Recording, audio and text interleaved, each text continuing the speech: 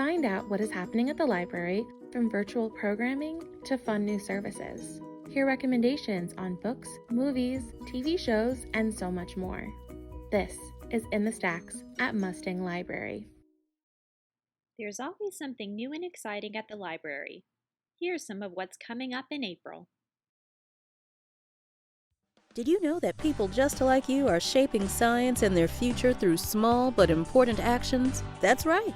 You don't need a lab coat. You don't need a science degree. We're not talking about kids' chemistry kits or build-a-rocket activities. We're talking about real science we can do together. How can I do that, you might be wondering? The answer is easy. Become a citizen scientist.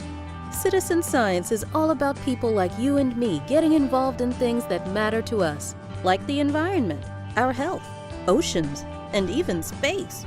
Science needs more eyes, ears, and perspectives than any single scientist possesses. Together, we get to make discoveries.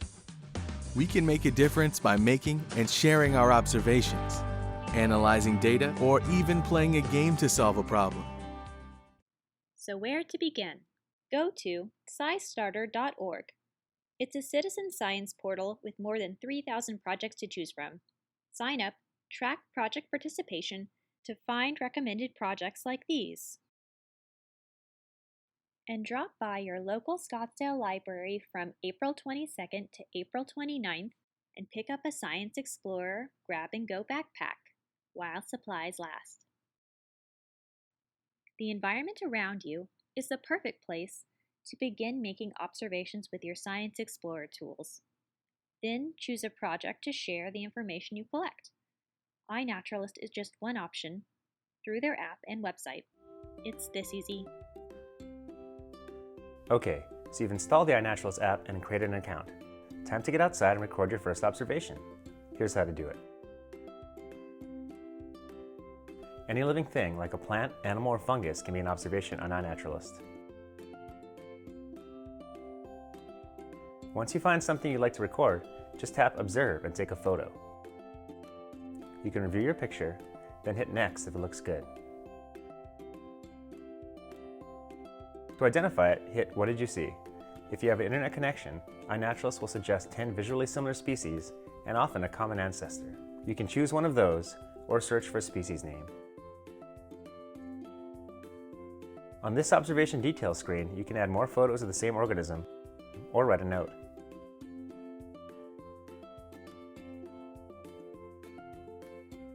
The date, time, and location have been automatically added. You can also change the geoprivacy of the observation, mark whether it's captive or cultivated, or add it to a project. Once you're finished, just hit Share and your observation will be uploaded for everyone to see and identify. That's it. Keep on exploring and sharing.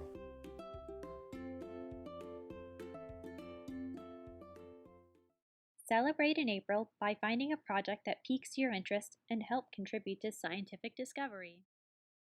Hello, we're celebrating Poetry Month in the month of April with Blackout Poetry. This poetry has recently been repopularized by the writer Austin Kleon. You may know some of his works, Steal Like an Artist and Newspaper Blackout. However, found poetry is nothing new, though what we call it may change over the years. For example, the artist Tom Phillips worked to alter each page of a second-hand book he bought in 1966.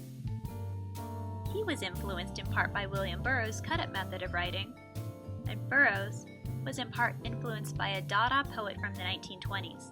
So inspiration goes. What is it? Essentially, you take a page of text and eliminate what you don't need using a marker to blot it out. Kleon was suffering from writer's block and used newspapers to find words in the text rather than think them up. I love Blackout Poetry perhaps for the same reason. Personally, I find poetry a little bit daunting, but with Blackout Poetry, you uncover the poem. Each is personal and has its own flavor depending in part upon the artist and partly on the original text. So grab a worn-out book to cut up, an old newspaper or magazine, a pencil and eraser, a marker, and let's get started. Here's our tip. Kleon says, think of Allen Ginsberg's concept of shopping for images. Look for words that build an image in your head. This provides an anchor on which to ground your poem. Circle the words you find compelling or attractive or stand out to you, and then whittle them down until you've got your poem, so just erase what you don't need. Now, black out everything you don't need, revealing the poem in the process.